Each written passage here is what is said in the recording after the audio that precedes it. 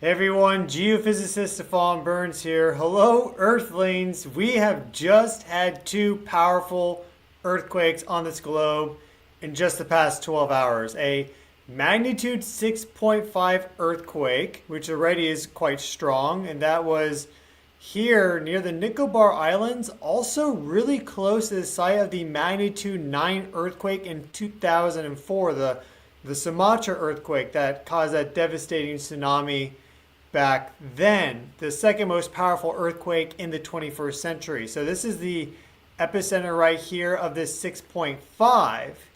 And I was actually getting ready to cover this. I was thinking about, okay, this is a pretty big earthquake. There's some space weather updates to do as well. We have this planetary alignment with Mercury. Those two are converging, creating a critical 72-hour window.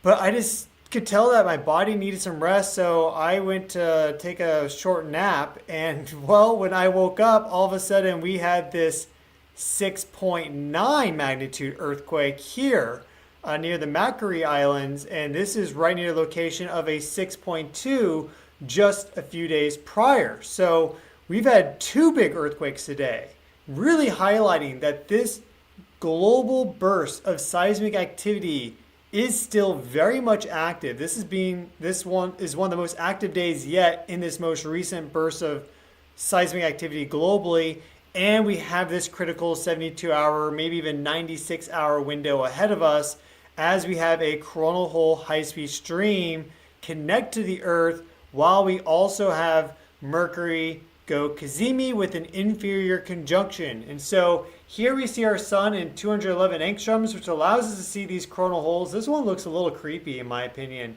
You see like the mouth there and the eyes. But regardless, we see this coronal hole that's forming here in the high northern hemisphere of the sun, really in that polar region.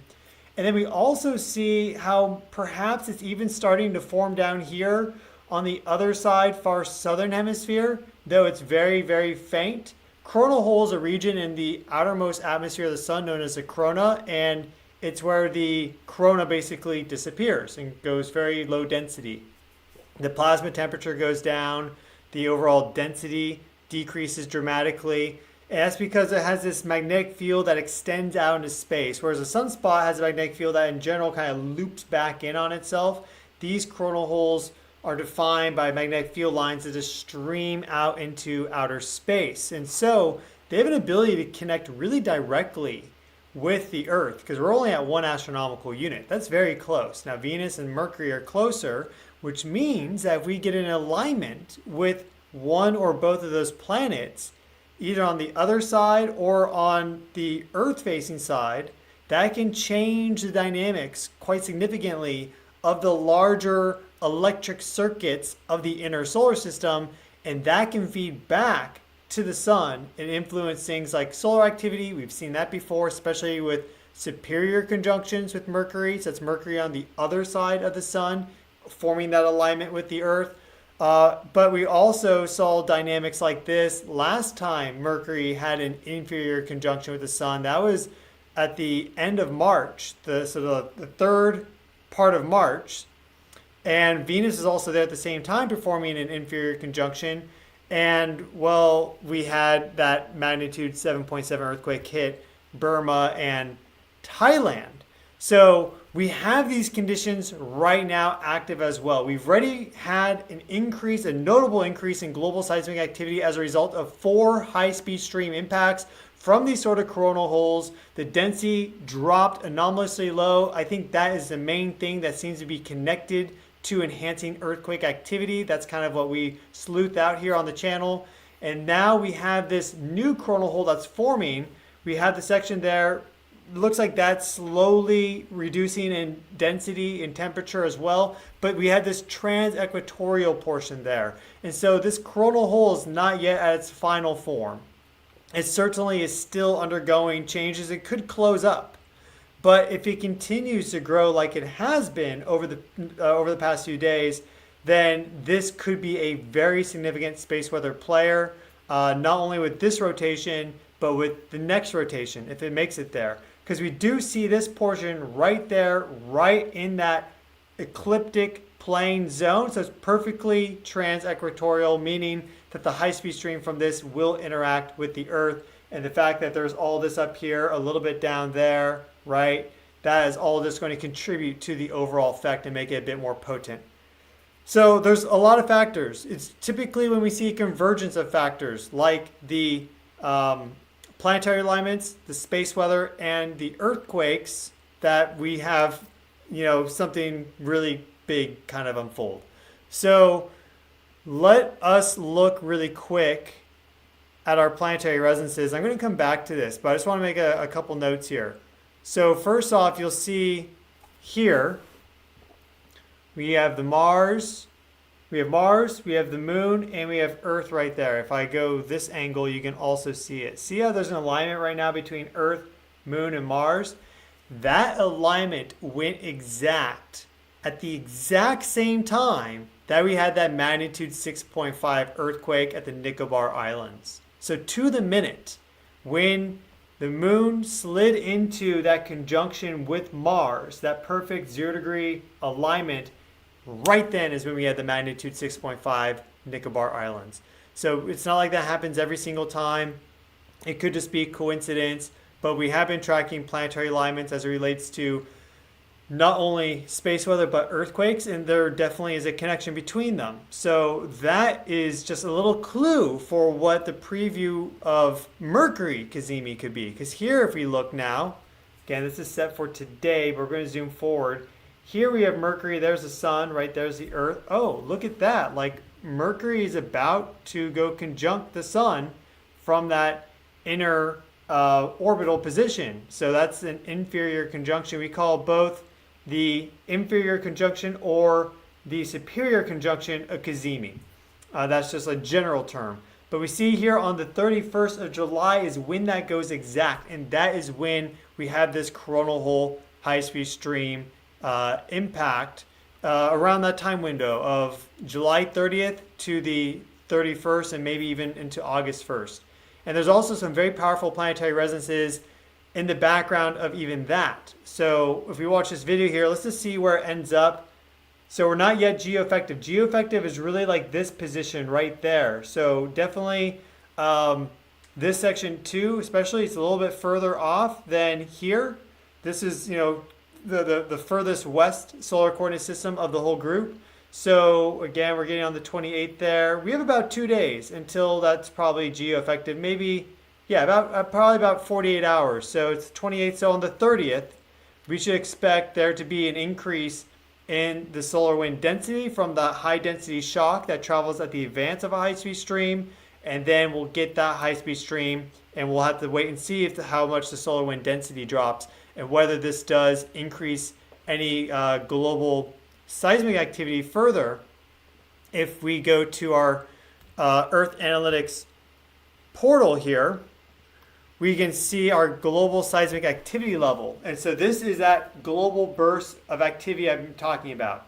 So we see that after this 7.4 on May 2nd, things were effectively moderate to low. We had some days where the activity level went high because we had some magnitude 6 earthquakes, but none of them went over magnitude 6.7. We were kind of in this descending earthquake pattern there, as you can see, because actually if you were to go further back, this is where we had even bigger activity, so like this descending pattern, and then we broke out of it with this earthquake there, and then we had this 7.3 Alaska, 7.4 Kamchatka, a whole bunch of magnitude 6s across multiple days, and now this most recent burst there at the 6.9 near Australia and south of New Zealand, and the 6.5 just near Sumatra. So we are already in this zone of increased seismic activity. We also talked about Schumann resonances. In the last video, we've been undergoing some significant waves of energy from the Schumann resonances. This one here, I believe, is from thunderstorm activity over tops, because I did see that there was, as we talked about in the last video, some atmospheric waves passing over. But this all right there is under fair weather conditions. And so I think that's related to our space weather. So we did have a coronal mass ejection impact, but it was different than people expected. We didn't get any geomagnetic storming out of it. So we had this coronal hole high-speed stream impact. Our solar wind density dropped. Here we see that velocity go up. nearly 800 kilometers per second. We've been declining since, but we had this disturbance in the solar wind coming that wasn't really all that notable. If you just look at the basic characteristics of it, the interplanetary magnetic field strength went up to maximum 11 nanotesla. There was a little bit of a density drop there. The velocity kept going down. The temperature dropped quite low. So there were some odd things about it, but you'll notice that our geomagnetic activity stayed just the same, effectively. Nice, quiet conditions, no G1 storming. But what we do know is that when we get strong, northward aligned solar wind, so instead of it being a strong southward component, it has a strong northward component, we know that creates really strong field-aligned currents, or Birkeland currents. And those connect at the ionosphere. And so they find circuit closure at the ionosphere, and these flows of energy travel along the magnetic field lines. And so what I find so interesting about that, and you will see it just now curling up there at the very end, but whether that's significant or not, we'll have to wait and see. But what I find significant about that is that we had this unusual energy from the Schumann resonances coming in, all of this right here, and this is up in Tomsk, Russia. It's fairly close to the magnetic pole in the northern hemisphere. And so it's in that zone where it's under the influence of that polar ionosphere where those Birkeland currents would connect. And so what I think this is showing us is that we had these sort of vibrations nested within the solar wind that was coming from the sun. Because plasma can have certain plasma oscillations across a super huge range of frequencies. But it's not inconceivable, and it's actually been measured and observed before, that you can have these sort of frequencies in the Schumann resonance range actually embedded within solar wind structures. And so if you have the solar wind already resonating at these Earth frequencies, and these lower ones in particular with mode 1, 7.8 hertz on average, also geomagnetic pulsation frequencies and going up a little higher, and then you have that circuit closure and the Birkeland currents are flowing really strong because of the northward component, then that could just very seamlessly resonate that Earth energy into our planet to an even greater degree. I think that's what we saw here. And then this was thunderstorm activity over Tomsk, creating a localized burst, but this is more of a global signal. So is that connected to earthquake activity? We know that we see often precursors in the Schumann resonances before significant earthquakes. And this is our most recent earthquake burst. And so if we see sometimes alterations to the Schumann resonances before earthquakes, I would think that there's probably some bidirectionality to it. And does that mean that energy that's being actually deposited into the Schumann resonances perhaps can influence earthquake activity that way? That's an unknown, but that's an interesting idea. And again, I think there's a bidirectionality to this. There is with everything. So how significant is that effect? Unknown. But this is the conditions that we're seeing right now. We have this earthquake burst. We have this coronal hole high-speed stream impact soon coming within the next 2 days or so. And we have this Mercury Cazimi. Let's go back to our planetary resonances. And just before I open up the main solar system scope application, because I have it downloaded on my computer, that's what I use. You can also go to this data page and load it up yourself if you want. So it's www.earthevolution.com/energy-analytics.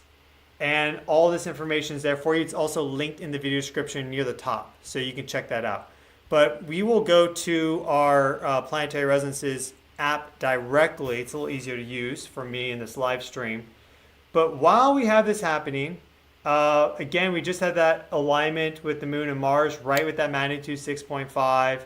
We get this Mercury Cazimi coming up on the 31st. Here, that is going to be embedded within that high-speed stream. So that's the thing. If there's unique electric circuit and magnetic field dynamics that result from this coronal hole high-speed stream connecting to Mercury and that connecting to Earth, then that's how potentially we get bigger earthquakes. And this is very similar to what we had on March 28th. So let's go back in time. Let's go to March 28th before I zoom forward a little bit in time. But check this out. We were talking about this significantly on the channel as it was happening. Look at this alignment here. We get a double Cazimi sequence. So this is late March. First we had Venus Cazimi right there, and then we had Mercury Cazimi, and then we did have a new moon that followed up right afterwards on the 28th or so, and it was on the 28th of March that we had the magnitude 7.7 and magnitude 7.7 and 6.7, that aftershock that struck Burma and Thailand. That was quite devastating. Then there was also a magnitude 6.6 and a 6.2 that struck a mid-ocean ridge, and that was quite strong for a mid-ocean ridge. So there was a big burst of earthquakes on that day, and there was also a 1.1 X-class flare that blasted off from the limb of the sun right here on that day. So just in general, a big energy spike on that day. Very interesting dynamics, but consider how the coronal hole high-speed stream that we had active at that time, this big trans-equatorial coronal hole, how it was connecting all the planets together, especially this alignment. Look there with Mercury, Venus, and Earth going kind of in this spiral fashion. Very, very notable. So there was this connection between all of them. It's a stronger electric circuit. Venus has a very powerful ionosphere, and there's these electric currents, these filamentary currents that are found within Venus's ionosphere. So it's not just like one static structure. It's very much alive and dendritic. And Mercury, there's evidence that these Birkeland currents, these field-aligned currents, actually connect down below Mercury's crust to its mantle and or core, because that's where it can find circuit closure because it's more conductive there. Because Mercury doesn't have an ionosphere that's conductive like Venus, or Earth has a magnetic field, which is even better, where you can get these circuit closures further out from the planet, like at the magnetopause and more. But we also do circuit closures, the auroral circuit in our ionosphere up in the high latitude regions. But for Mercury, it's perhaps even down at the mantle of the core. But in general, if you get these more complex circuits, then that's going to change the flow of energy. And it seems that when that happens with the Earth, we get earthquake activity. That there's at least quite a bit of evidence supporting that. And of course, there's even more factors than what I've just described that are at play. And you're not always going to see these sort of high magnitude earthquakes happen when you get these sort of alignments. But we do see that seems to be more common than not.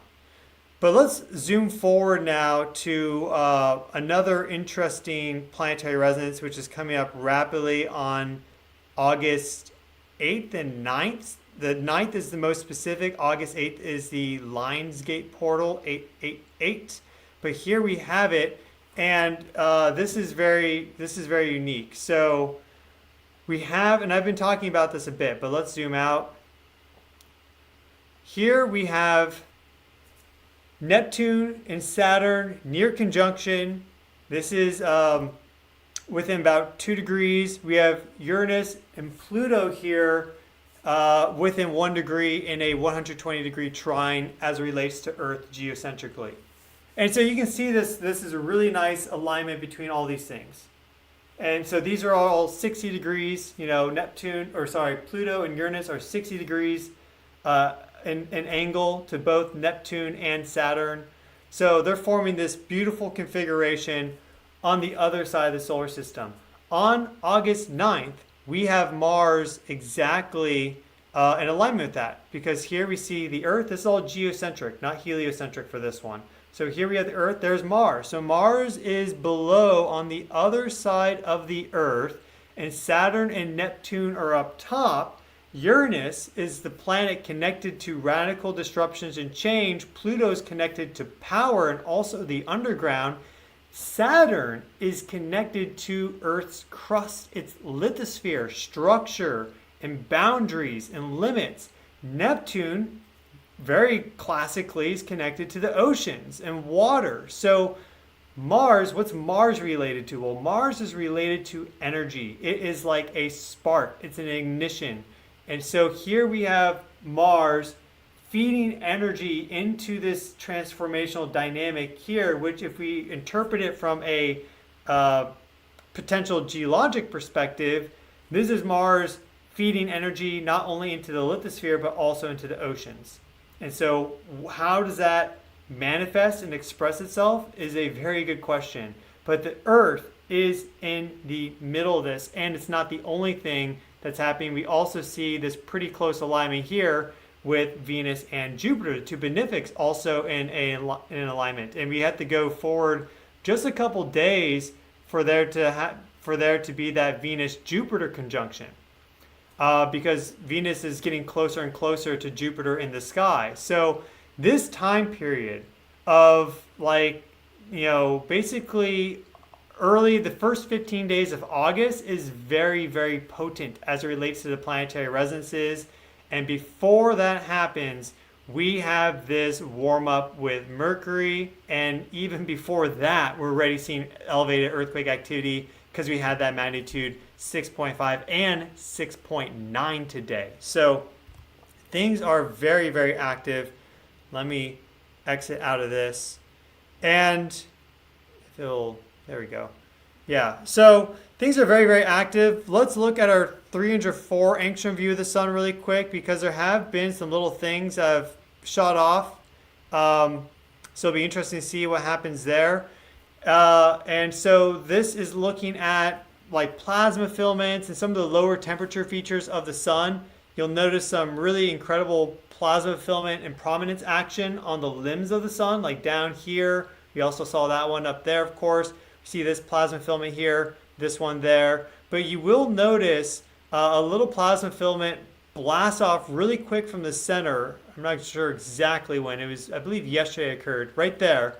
Right there we got this plasma filament to blast off Earth center. They haven't modeled that as showing that impacting the Earth. It wasn't that big, but it was fast and basically right Earth center and direct. So that may be increasing the solar wind to some degree, or influencing it to some degree over the next few days. Let's watch that one more time right after it bleeps out. There you go. See how that, like this? It looked like it went a little bit off to the side. So it could also just, it was very tiny. It could just kind of give us a little brush impact. But we also see these other plasma filaments on the sun just kind of hanging there, drooping off the sun, looking like they're ready to kind of blast off. And if we go back to our 211 angstrom view, here, these coronal holes, which are kind of forming and coalescing into one coronal hole, they're kind of splitting in between all the sunspots we have right now, which makes them a little bit more unstable. So sunspots have, they're hanging out there. The numbers are over 100, but they're not anything to write home about. They're not the biggest. They're definitely not the most active. We haven't had an M-class flare in more than 2 weeks.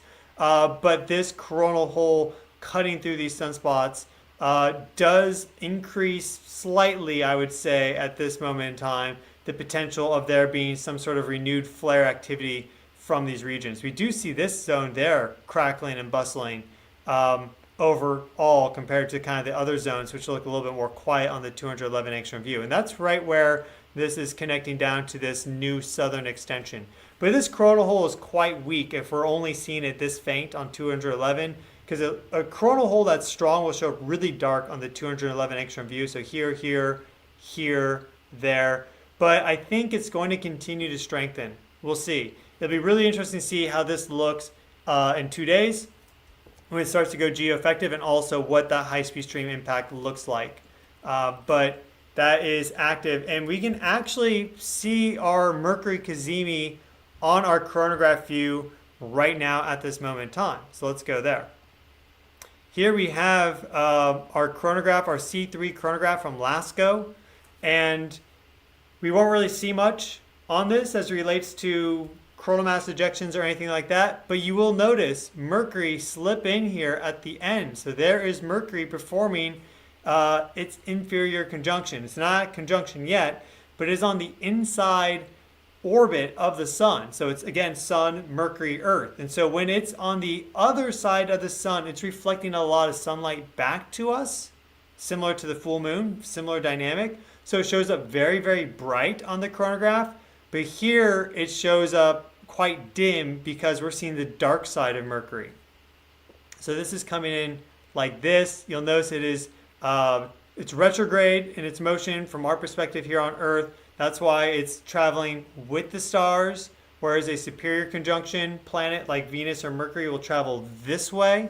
And you'll notice it is also quite low below the ecliptic plane. It's not exactly along the ecliptic plane. That would strengthen that alignment and make it more likely for there to be potential effects from it. But the fact that it is quite a bit outside the ecliptic plane is worth noting. So maybe that's going to blunt this effect a little bit. We don't know how this is going to manifest. We just know that we have this alignment, we have this coronal hole high-speed stream, but I think it is going to connect in because, again, if we go back to our 211 angstrom view, we do see, some of this coronal hole is also there in the southern hemisphere. So it is going to flow by Mercury. Specifically, this portion there should kind of sweep by Mercury. This one as well. Mercury overall is so close to the sun that even though it's a little bit lower down, like this section there should connect to it. And it'll happen at the same time it connects to the Earth. So we even are seeing Mercury in our chronograph right now. And when it goes conjunct, it is said to be in the heart of the sun, and this is a rebirth moment for all things mercurial. So some very interesting planetary resonances active at this moment in time. And let's just close out by looking at our seismic wave thus far for July, because it has been very active this July, especially in the Ring of Fire. For July, we have had no magnitude 6 plus earthquakes anywhere in South America or in Mexico, North America, except for Alaska here. We had a 7.3, 6.2 aftershock. This was the most powerful earthquake yet in July, 7.4 Kamchatka, with 3 magnitude 6.6 aftershocks, a 6.3 aftershock, a 6.1 aftershock a few days later. And then, of course, we also had this magnitude 6.3 here and a 6.7 here. And the Banda Sea and Malacca Sea, this Banda Sea, Malacca Sea. We've had a lot of activity kind of in and around New Zealand. 6.6 deep earthquake in between Fiji and Samoa at the very top of the Kermadec Trench in Tonga, where you get deep earthquakes like that. This area specifically is super well noted for some of the deepest earthquakes on the planet, with the Pacific plates going directly vertical there. And then we have New Zealand here. Down below we have our 6.3. This was on the 7th of July, the first magnitude 6 plus earthquake in July, right there, 6.3. And then if you go further south, we'll see all the other earthquakes that have occurred further south in New Zealand. So 6.2 on the 25th of July, and then we had 6.2 on the 26th of July, and now we've just had this 6.9 today, falling up in nearly the same location as that 6.2. So this part of the subduction zone has slipped, and we've also had this part here slip as well. We've had part of the Kermadec Trench at the very top slip, and there has been earthquake activity along this over the past few months. And there has been also activity in this zone as well over the past few months that's notable, but if we're talking just about July, this is what we're looking at. And also, if you did not know, the Alpine fault in New Zealand has a very precise recurrence interval of about 300 years, based on the geologic data, where they collected a whole bunch of sediments from these sort of alpine lakes, and they tracked those earthquake layers that are formed, because if you have sediment coming down, it's nice and forms a nice line, basically, like nice layers. When there's an earthquake, it makes it all sloshy. So you can identify these different earthquake zones. They've collected out across a variety of lakes along this entire stretch, and so they can match up those layers, and then they can also do radiocarbon dating with like little leaf fragments and stuff embedded within the mud. So they have really good data for the Alpine fault in terms of its recurrence interval and the overall magnitude it can do. It's almost exactly on the money, 300 years consistently. There's very little variability. It's actually surprising. Most faults show a bit more variability in that, and you'll still create an average recurrence interval. But the Alpine fault is like clockwork, 300 years. And the earthquake magnitude it can reach is magnitude 8. or maybe, you know, right around there, like 8.1, 8.2 perhaps. Like we don't know the upper limit, but we know it can reach magnitude 8 earthquakes. And so the chance of the research team that examined this, based off of the data they collected, also some really advanced modeling, suggests that there's like an 80% chance of there being a magnitude 8 earthquake on the Alpine fault in the next 30 years, something like that. And so we are right now at that recurrence interval, because the last big earthquake on the Alpine fault was 1717. So this area has been loaded up with a lot of energy over the past few months. We're seeing slip along both sides, but the Alpine fault itself has not slipped. So I just want to show you one more interesting thing. Probably not, I mean, I guess I could make an entire video on this, but it's kind of relevant to what we're talking about. It definitely is relevant to what we're talking about. So I wanted to show you. And this is just an idea, right? This is simply just an idea. I think it's very interesting. I'm not saying this is 100% the case, okay? But let's just like, it's called pattern recognition. So we're just looking at patterns, and we are kind of putting them together. So we're going to add in dwarf planet Makemake and also Haumea, okay? Which is another one. And they travel together through our solar system. It's very, very interesting. Check this out. Turn off our drop lines here.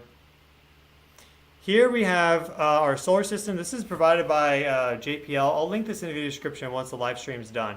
But we see our solar system here. So here's the inner planets. And then we zoom out, and this blue line there is Neptune. I'm not showing I would have to add Pluto if I wanted to do that.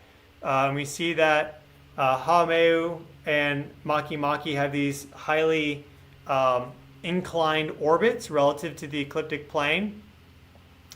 And they kind of hang out together because, and let's see, yeah. And they kind of hang out together because Haumea has a orbital period of, I wrote it down, I think it's like 282 years. I just want to be precise with this. 283 years for Haumea and 306 years for Makemake. Oh wait, didn't you say that the Alpine fault in New Zealand has a recurrence interval of 300 years? Oh, that's right, I did. Again, not saying this is the case, but if we go back in time, check this out. We're going to go back to 1717. We're going to go back to that last historic earthquake for the Alpine fault in New Zealand, which is 1717. And we're just going to think about geometry, okay? Think about angles and geometry and alignments. And we're getting close to it right now. Nearly there. Here is 1717, okay? And this is, I don't think they know the day or the month of that earthquake. Maybe they know the month, but they know it occurred in 1717, this big magnitude 8+ earthquake on the Alpine fault in New Zealand. Look at Haumea and Makemake. They're right next to each other. And so you have to consider the fact that electromagnetic fields and also gravitational fields decline with an inverse square law. So if you double the distance, the field strength goes down by 4. And so that means that the gravitational field of the sun is very strong by the sun. But as you start to go out into the Kuiper belt region and beyond the orbit of Neptune, the dominant gravity vector for this location right here would be Makemake and Haumea combined, because they're very close together here in 1717, as we can see, right? Just through their normal orbital period, they got very close together and created a strong gravity vector at this location. And so now you have, if you consider this, now you have this gravity vector that's strengthened over normal, slicing down to the sun and to the ecliptic plane, okay? And Makemake, again, it's 306 years for its orbital revolution. Well, the orbital inclination of these two is nearly the same as well, as you can tell. Now they're kind of at different angles in terms of like some of their orbital characteristics are slightly different. But in terms of this angle here to the ecliptic plane, Makemake is 29 degrees, Haumea is 28 degrees. So 29, 28 degrees. Let's just say 28 degrees for the two of them, okay? They both have an orbital inclination right around 28 degrees. Now, if we go out and go back to our July seismic wave, this is a kind of an example of how planetary resonances perhaps interact with the Earth in terms of earthquakes and things. How that can be significant even from these distant bodies like dwarf planets. Here again is New Zealand, okay? Well, if you'll recall, the Earth is tilted on its rotational axis. It's 23.5 degrees, and it changes very slightly, but basically it's 24 degrees. Let's round up. 24 degrees, right? It's not spinning exactly vertical. It's tilted 24 degrees. And so if we zoom out, when it is solstice, you have the tilt angle of the Earth compared to the sun, right? It's really tilted either towards it or like that, right? And then during equinox, it's perpendicular. But we have this natural tilt angle to the Earth of about 24 degrees.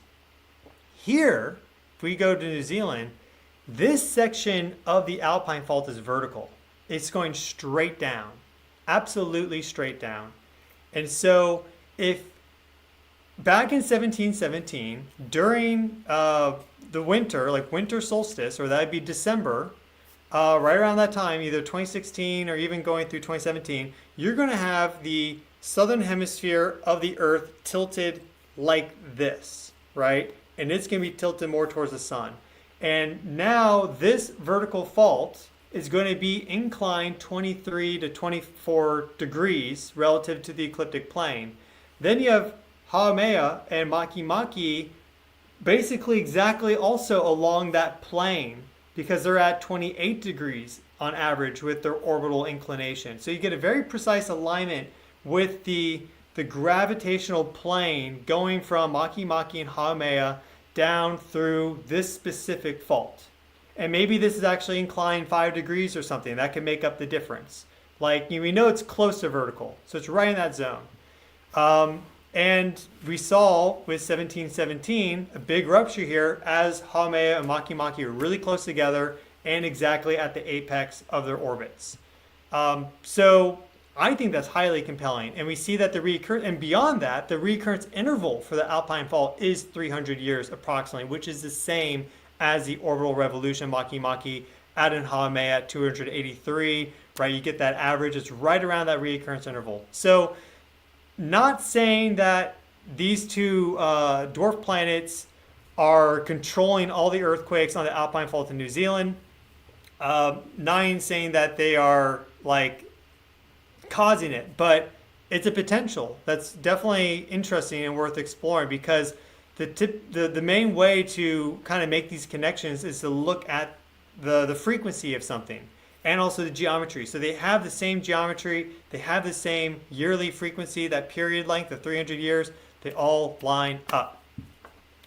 So that's kind of an example in addition to what we've seen before March 28th of this year, what we may be about to see in the next 72 hours, 96 hours with this coronal high-speed stream and Mercury, about how these things can affect us. What we saw today with the moon and Mars being exactly conjunct within the minute of that magnitude 6.5 earthquake for the Nicobar Islands, right? That was to the minute, that exact conjunction between the moon and Mars with that earthquake.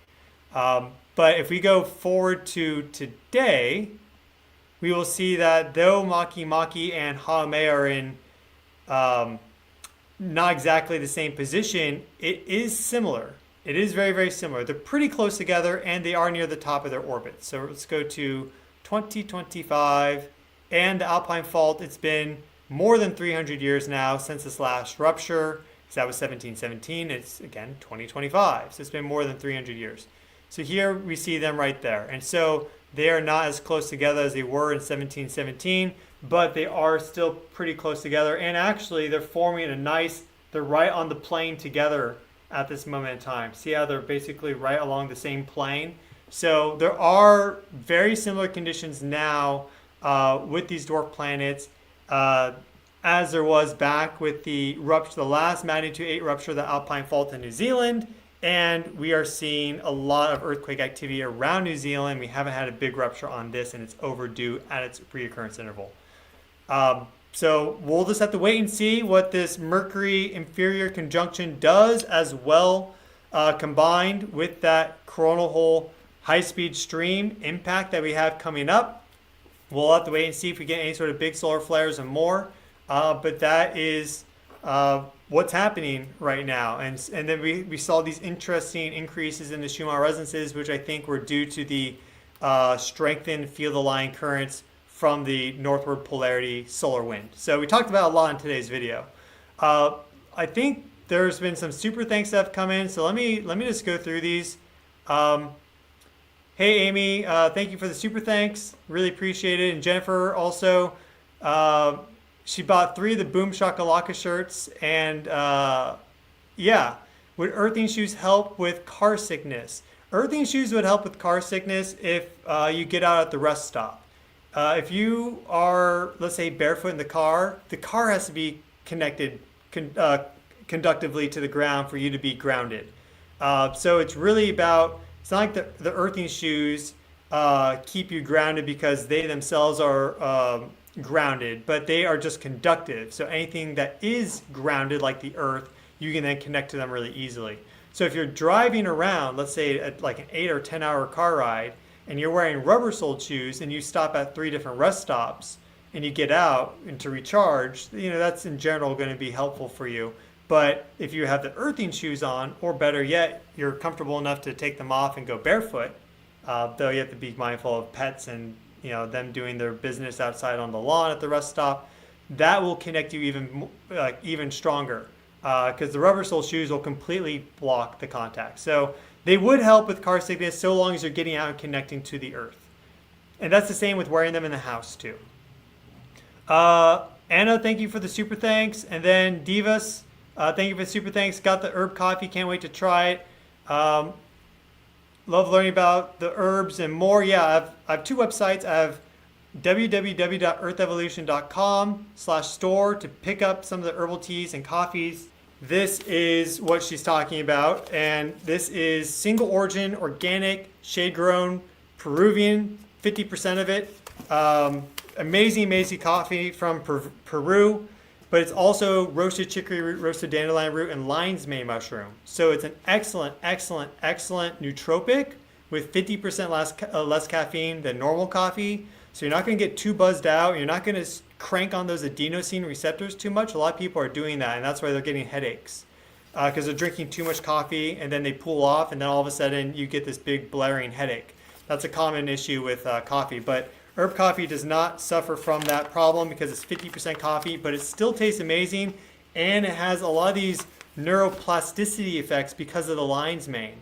And caffeine's also been shown to improve like memory recall, performance, and more. So I like to have a coffee in the morning because I notice all these beneficial effects, and herb coffee is often what I reach for because it has the lion's mane and everything else. And then the chicory root and the roasted dandelion root are really good for your digestive system, whereas coffee by itself sometimes can be a little hard on the digestion.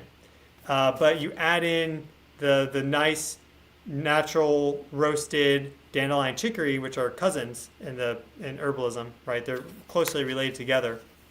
It's a really nicely synergistic blend.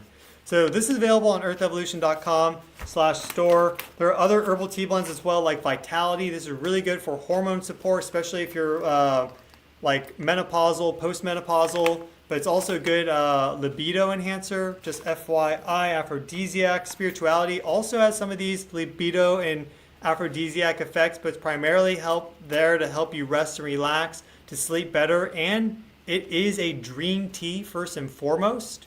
So this is what I drink if I want to potentiate dreams, connect into that other astral dimension, you could say, connect to the subconscious, do some work there. There's some really powerful activations happening as it relates to dreaming right now. I've noticed that strong planetary resonances seem to potentiate dreams, and I'm noticing my dreams are really increasing at this moment in time. And then electricity here is similar to herb coffee in the fact that it's nootropic. Ginkgo and the yerba mate together are a really excellent combo for kind of getting focused and productive. Makes an excellent iced tea. Also really good for your digestive system because of the lemongrass. There's also calendula and peppermint. Or sorry, no calendula, but lemongrass, orange peel, and peppermint. So really good combo for not only your brain with the yerba mate and ginkgo, but your entire GI. And that's that microbiome, gut-brain consciousness axis. So you optimize that, you're going to be thinking more clearly. There's also fruit tea, which is an excellent iced tea. It's super flavorful. It's almost like fruit punch. It's strawberry, elderberry, hibiscus, rose hips. Is it rose hips? Yeah, rose hips and lemon balm. So really excellent, but really good for your immune system too. So this is the one to drink if you're like, I'm not sure, maybe I'm getting sick, or you are sick. This is the one that's really going to help you because of that elderberry, because of the rose hips, vitamin C, and it's just really good to mix also with the vitality.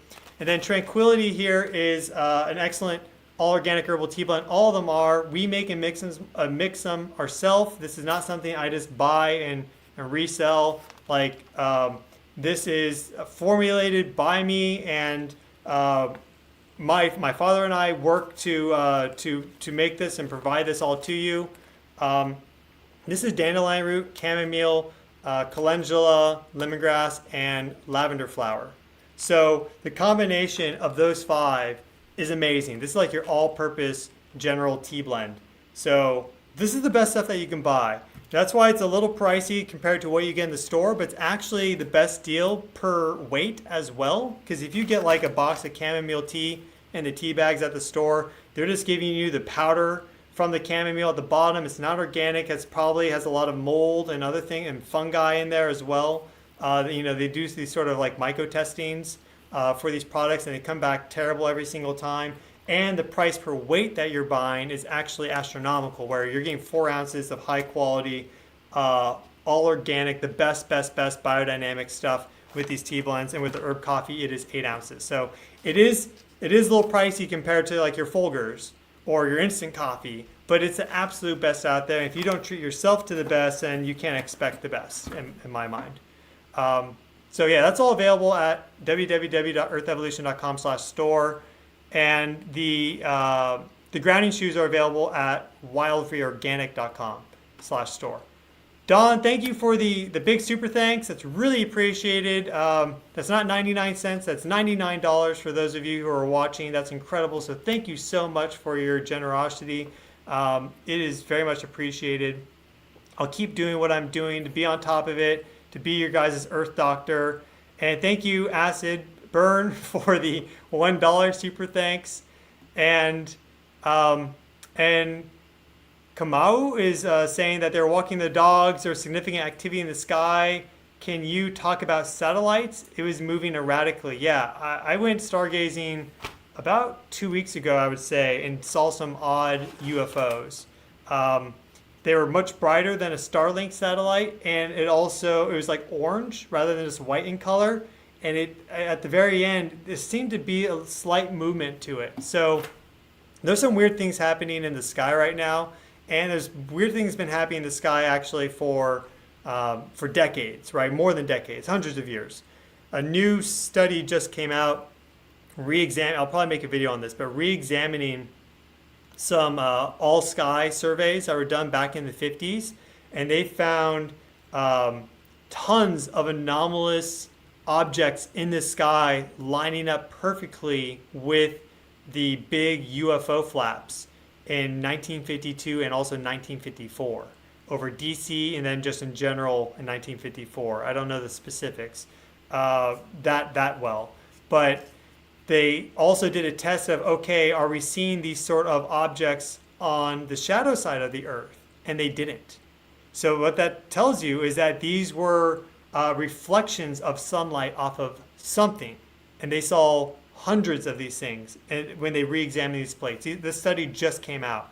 So there are weird things in our sky. And they might, hello Earthlings and hello whoever else. All right, we hope everyone here comes in peace. We're all here just to have a good time.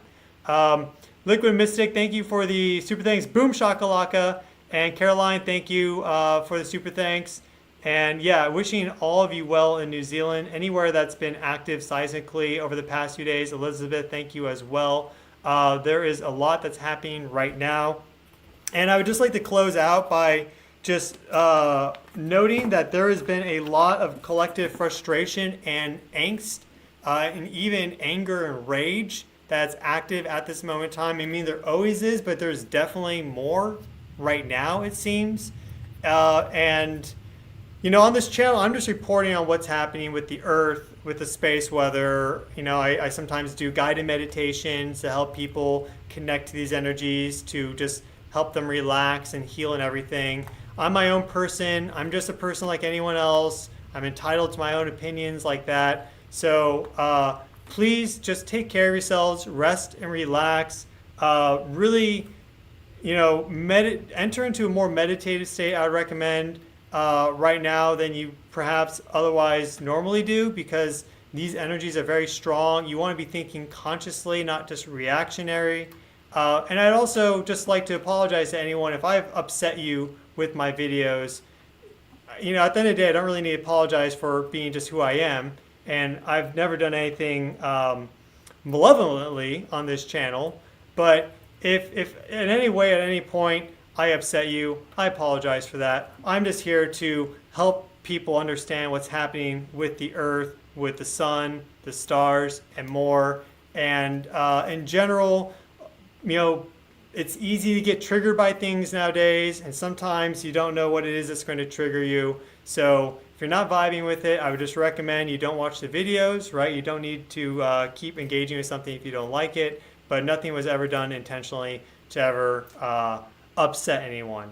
And it feels a little silly having to say that, but I think it is worth saying at this moment in time, because if everyone did that, think about if everyone made a similar statement, I think the world would be a much better place. Even if let's say a certain individual or individuals, collectives, whatever, may not feel the need to say something like that. I think the fact that if everyone did apologize for just, anything like that, I think that's a good thing. So, I'm always wishing the best for each and every single one of you. Hope all of you are doing well. Please take care of yourselves. Thank you all so much for joining in on the live stream. I'll keep you up to date. Pretty unexpected to have the magnitude 6.5 and 6.9 today. So that was definitely a big burst of earthquake energy. In the next 72 to 96 hours, I would say, would be critical. Don't stress the small stuff. There are much bigger things in life to worry about.